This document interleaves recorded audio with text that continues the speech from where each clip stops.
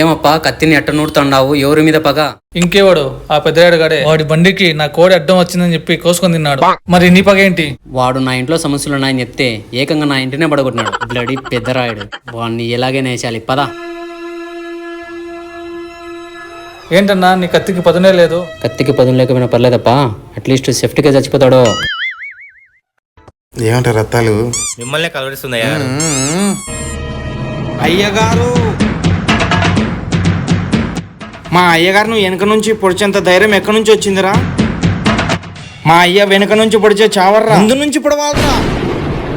ఈ గేమ్ అన్యాయం చేశాను రా. ఇక్కడ నుంచి ఊరు నాదే, రత్తాలు నాదే. ఒరే నువ్వు కూడా నారా? రత్తాలు ఎక్కడ ఉంటే అక్కడ వెళ్ళిపోతాయి అయ్యగారు.